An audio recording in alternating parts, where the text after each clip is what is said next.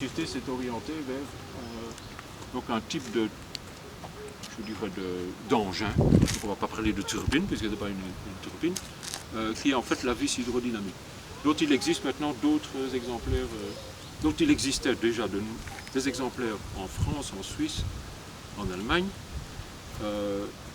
et dont il existe maintenant d'autres exemplaires en Belgique. Alors, maintenant je vais m'adresser aux plus jeunes. Le concept de la vis hydrodynamique, c'est parfois facile à comprendre, parfois un peu plus complexe. Alors ben, tu vas venir avec moi, etc. Donc, le principe de la vis, qui peut être utilisé dans un sens ou dans l'autre, donc aussi bien pour monter les marchandises, que ici, on va le voir, en fait, pour produire de l'électricité. Mais c'est dans l'autre sens. Alors, tu sais comment ça fonctionne? Oui. Oui, il faut tourner. Bon, après, je te dirai dans quel sens. Hein. Donc, on va imaginer ici que j'ai de la matière. Oui, c'est des boules de pétanque, je sais bien, mais il faut. Bon. Ah, voilà. On met ici comme ça, non? Marcel, viens ici. Hop. Incline un peu plus. Tu écoutes monsieur, comme touche arrière. Donc, bien sûr. Donc, quand une porte est libre, hein, tu pousses la porte, hop, etc. Ça permet de passer. Hein. Moi je passe, la porte est libre, je passe. Si à l'inverse, il y a quelqu'un qui est derrière la porte qui m'empêche de passer, je vais rester bloqué. Je peux pousser hein, pour passer la porte. Si c'est un tourniquet, tu vois ce que c'est un tourniquet, c'est une barre que tu pousses, c'est pareil. Donc je vais pousser, je vais pouvoir passer, je vais pouvoir tourner. Alors ici, c'est les deux à la fois. Hein. C'est à la fois un tourniquet et une porte.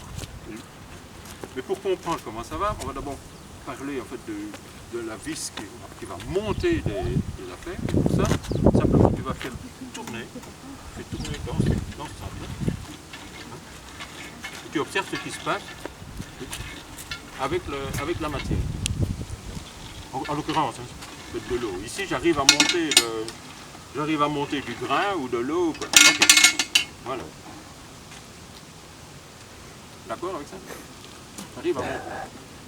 Si maintenant, ceci est libre, admettons que tu ne sois pas là, l'eau, pour descendre, elle ne va pas faire comme ceci, parce que l'eau en elle-même, quand tu mets de l'eau sur un toboggan ou quoi, par exemple, elle peut faire que descendre, elle va pas monter. Hein. Non, elle peut faire que descendre. Donc, l'eau, elle va pousser. Quand elle va descendre, en fait, elle va pousser dans l'autre sens. Parce qu'elle n'a qu'une envie, c'est de descendre. L'eau ne peut faire que descendre. Quand je pousse la porte, et ça va, ok. Et donc l'eau qui a poussé, qui a fait tourner la vis, ici, à la place de ta main, je mets une dynamo, ou on va dire un alternateur. D'accord? Et j'arrive à produire de l'électricité. Je résume. Soit je fais tourner un moteur et je vais arriver à monter de la matière, comme ça. C'est ce qu'il y a dans les stations d'épuration. Pour remonter des boues, etc. C'est ce système-là. Dans les écluses aussi. Pardon? Dans les écluses, on voit souvent. Oui. Et alors, pour remonter l'eau d'un bien famille. Oui.